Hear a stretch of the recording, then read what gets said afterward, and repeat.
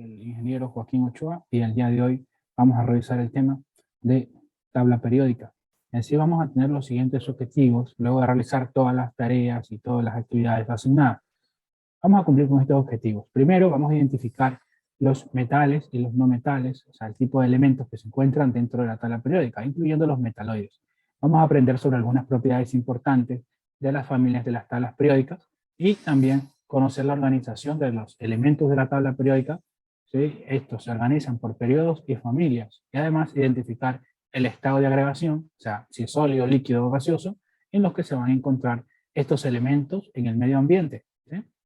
Ok, en sí, la tabla periódica que hoy conocemos en día viene de un desarrollo histórico muy largo, sabemos alrededor de 210, 220 años, en donde se han venido descubriendo diferentes elementos, ¿ya? Diferentes personas, entre ellos Dmitri Mendeleev, que es uno de los importantes, ¿ya? Hasta llegar a lo que es nuestra tabla periódica actual, que cuenta con 118 elementos. ¿Sí? Okay.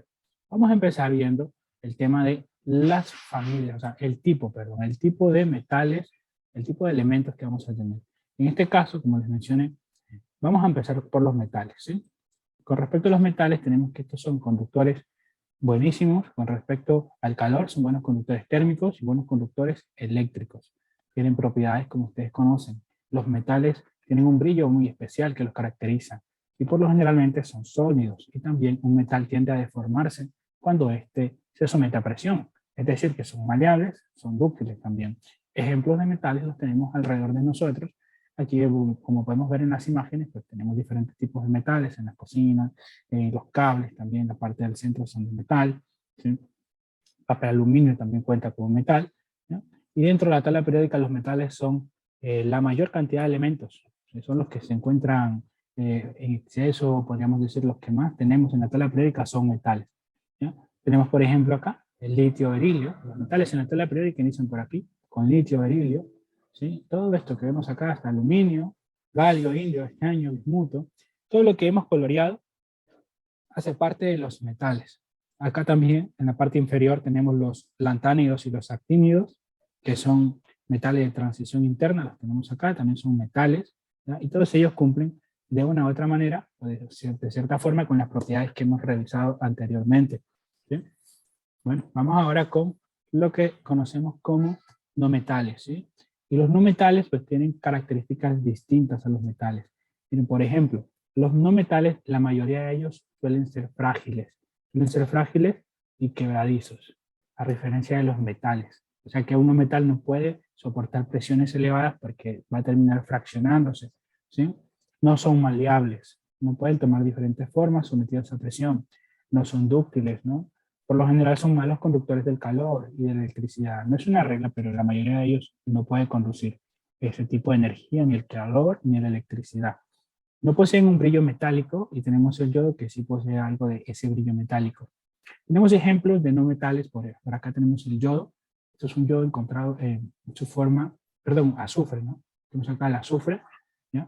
Encontrado en su forma mineral. Tenemos los gases nobles, ¿ya? Por acá tenemos el yodo. El yodo, en cambio, bueno, ese es el brillo que tiene. Y tenemos el caso peculiar de, bueno, de muchos de estos elementos, pero en sí, uno de los más conocidos es el del carbono y el carbono, ¿no? Que se puede presentar como diamante o también como grafito, ¿sí? Ustedes conocen la diferencia entre el carbono diamante y el carbono grafito. Hay diferentes propiedades, diferentes costos también, y eso se debe a la disposición de los átomos, ya que estos están formando o forman, o este fenómeno se lo conoce como alótropo, que simplemente es que debido a la disposición del elemento, pues las propiedades cambian, la forma en la que estos elementos se agrupan son diferentes, tanto en el diamante como en el carbono grafito, ¿sí? Ok, y bueno, de ahí obtenemos las diferentes estructuras y propiedades que podemos obtener a partir de estos elementos, ¿no? Bueno, entonces, en cambio los no metales, vamos con ellos, pero estamos con ellos, los no metales son poquitos. Tenemos no metales que son, o sea, son muy poquitos, ¿ya? En sí vamos a tener por acá el hidrógeno, tenemos también el carbono, el nitrógeno, el oxígeno, el flúor. Todos los que están en verde son no metales, ¿ya? Y los que están en celeste, pues también son no metales, son los gases nobles, ¿no? Entonces todos ellos son los no metales. Adicionalmente, el hidrógeno hay que tomarlo en cuenta como un no metal, ¿sí? Por último, los metaloides o los semimetales, ¿quiénes son? Son los que tienen propiedades intermedias entre metales y no metales, ¿no? Suelen ser mejores conductores del calor, suelen ser mejores conductores de electricidad que los no metales, pero no llegan a ser como los metales. Dependerá del elemento y vamos a tener diferentes tipos de propiedades visuales, ¿no? Algunos se van a ver de diferentes colores, por ejemplo acá tenemos el arsénico, ¿no? Que puede tener diferentes colores, ¿no? Sólido gris, puede ser amarillo, puede ser negro. El silicio, que puede ser un cristal brillante o polvo amarronado. Entonces, ¿de qué ocurre con ello? Lo mismo que ocurre con el carbono. Tienen diferentes alótropos. Entonces, dependiendo del alótropo, ese elemento se va a ver de una determinada forma. Obviamente va a tener diferentes propiedades, pero el elemento es el elemento. Lo único que le da las diferentes propiedades es esto, la disposición. ¿Sí? Bien. Ok, entonces en los metaloides son aún más poquitos, o son poquitos los elementos metaloides que tenemos. En este caso serían el boro, el silicio, el germanio, el arsénico, el antimonio, el telurio, el polonio y el astato. Como sugerencia puedo decirles que para aprendernos esta disposición de metales, metaloides y no metales, lo ideal es aprendernos todos estos elementos, los metaloides, ¿sí? Nos aprendemos los metaloides y con ellos, pues sencillamente, ya sabremos nosotros que hacia la derecha todos son no metales, incluyendo el hidrógeno, y en cambio hacia la izquierda todos estos, e incluyendo el bloque inferior que vemos acá, son metales, ¿no? Entonces tenerlo en cuenta. De esa manera podemos aprendernos quiénes son los metales, quiénes son los no metales y quiénes son los metaloides.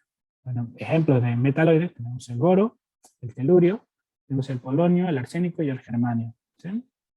Vemos ahí que el germanio pues, no se parece en nada a un metal, pero el polonio no se parece a un metal, parece una piedra nomás, pero el germanio en cambio sí tiene un color como metal, ¿no?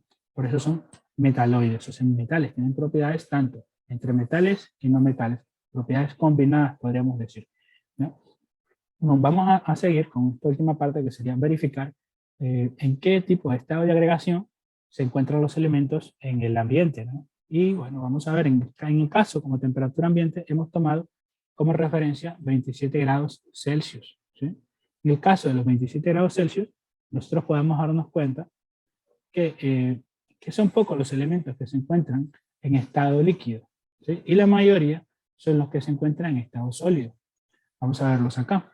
Por ejemplo, en este caso nos damos cuenta que a 27 grados Celsius de la aparición de una atmósfera, los elementos que están en estado líquido son el francio, el mercurio y el bromo.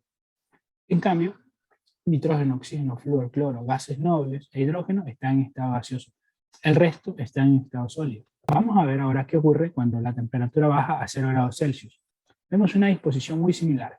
Lo único que cambia es que el francio ya se va a congelar y va a estar en estado sólido a esa temperatura de 0 grados Celsius. En cambio, si por ejemplo nos preguntan las condiciones normales, qué elementos tenemos en condiciones normales a 0 grados Celsius, pues simplemente sería el mercurio y el bromo en estado líquido, ya no el francio, solo el bromo y el mercurio en estado líquido, y tenemos el nitrógeno y el oxígeno, el flúor y el cloro y los gases nobles como gas y el hidrógeno y el resto como sólidos, ¿no? ¿Bien? Les presento también ahora, bueno, ya como estamos terminando, les presento esta herramienta que les puede servir muchísimo para aprender el tema de las familias de la tabla periódica. Por ejemplo, aquí en esta herramienta vamos a encontrar que nos dicen cuáles son los alcalinos, cuáles son los alcalinotérreos, los lactáneos, los actínidos, los metales de transición interna, los metales del bloque P, los semimetales. Las actividades que vamos a hacer son las siguientes. Vamos a llenar este completar, lo van a hacer ustedes. Es una tarea, la tarea es muy sencilla, para la periódica, y vamos a comenzar a colorearlas de diferente manera para poder identificar las distintas familias, ¿no? Y como trabajo autónomo, ojo, en la anterior tarea podríamos, o pueden, ¿no?, agruparse hasta 3 integrantes, ¿no? Y como trabajo autónomo vamos a investigar un poco sobre la historia y la organización de la tabla periódica, ¿no? Y eso sería todo, y con esto pues, se busca cumplir con los objetivos que hemos establecido, ¿sí? De todas formas, si tienen alguna pregunta, la pueden comunicar, no hay problema, y nos estaríamos viendo en la próxima clase. Muchas gracias, pasen bien, ¿sí? Muchas gracias por su atención.